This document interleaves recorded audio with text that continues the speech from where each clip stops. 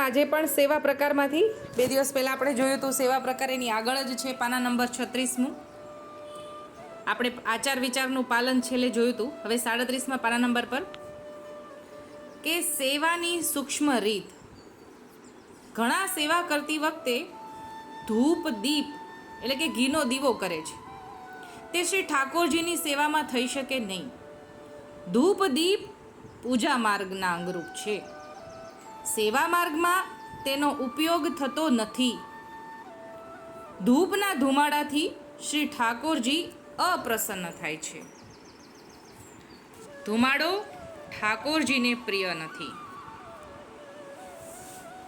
તેથી સેવામાં ધૂપ કરવું નહીં. સેવા સાક્ષાત પૂર્ણાનંદ પૂર્ણ પુરુષોત્તમની ભાવનાથી કરવાની છે. તે સેવા કોઈ વિભૂતિ સ્વરૂપની નથી. તેથી સેવા અને પૂજા બંનેમાં ભેદ છે. આપણે ત્યાં સેવા માર્ગની રીત છે, પૂજા માર્ગની નહીં. તેથી સેવાની રીતિ અનુસાર સમજીને કરવી જોઈએ, મન ફાવે તેમ નહીં.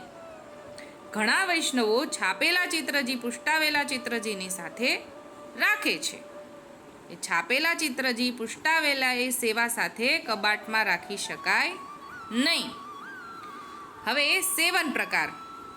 પ્રભુ શ્રી ગોપાલાલજીની સૃષ્ટિમાં સેવનમાં પત્રી સેવા, પાદુકાજીની સેવા, વસ્ત્ર સેવા, હાથ કલમના ચિત્રજીની સેવા તથા યમુનાજીના લોટીજીની સેવા તેમજ યમુનાજીની રજની સેવા ઇત્યાદિક સેવનમાં બિરાજે છે.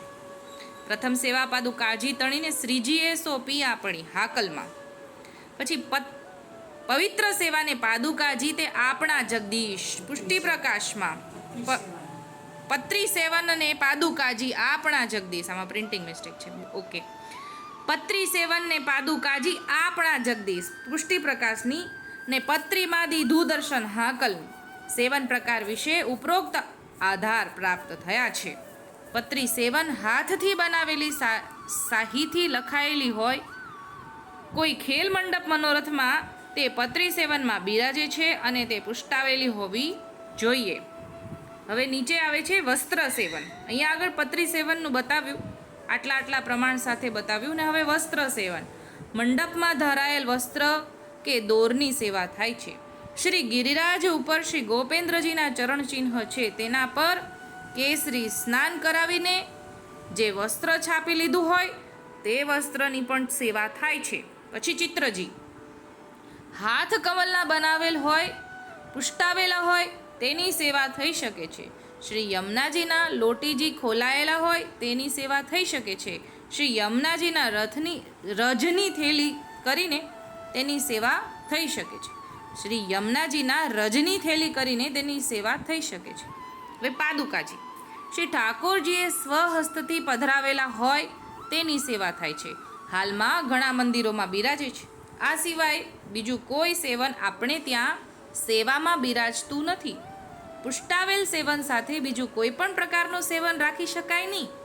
અને રાખે તો પુષ્ટાવેલા સેવનમાં ભગવદ આવિર્ભાવ તિરોહિત થઈ જાય છે. માટે વૈષ્ણવે પોતાને ત્યાં બહુ જાજુ સેવન પણ વધારવું નહીં. જાજુ સેવન વધારવાથી સેવામાં ચૂક પડે છે. સેવાનું સ્થળ અલગ રાખવું કે જ્યાં કોઈ પણ સ્પર્શ દોષ લાગે નહીં, તેમજ કોઈ પણ આભડછેટનો પડછાયો લાગે નહીં. ખાસ કરીને અલગ સ્થાન વધારે ઉપયોગી છે. સેવાના કબાટ ઉપર શણના કંતાનનો ટેરો રાખવો. કંતાન સિવાય બીજા કોઈ પણ વસ્ત્રનો પડદો રાખવો નહીં. સેવામાં કૂવાનું જળ, દંકીનું જળ ઉપયોગમાં લેવું. તે જળ અપરસમાં ભરી લાવવું. જળની ગાગળ ભરી લાવતા માથે કંતાન સમેટીને ભરી લાવવી. જળની જારી ભરવાની મથની એટલે કે માટલી જુદી રાખવી.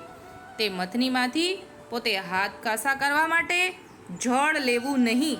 જળની જારી ભોગ ધર્યા પછી અને પેલા ફરીને ભરવી. શ્રી ઠાકોરજીને પોઢાડ્યા પછી પણ જળની જારી ભરીને ધરવી.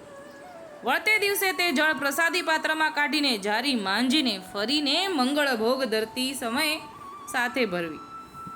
ભોગ સરાવ્યા પછી જે જળ કાઢીને ફરી ભરવી. સેવામાં જળની જારી અવશ્ય ધરવી. હવે બીજો વિષય શરૂ થાય છે કે સેવનમાં સાક્ષાત સ્વરૂપ માનીને સેવા કરવી. એ અત્યારે આપણે નથી લેતા. આજે આપણે સેવનના પ્રકાર જોયા. આજે આટલું જ બોલીને મારી નાની વાતને વિરામ આપું છું. બોલો શ્રી ગોપાલ લાલ કી જય.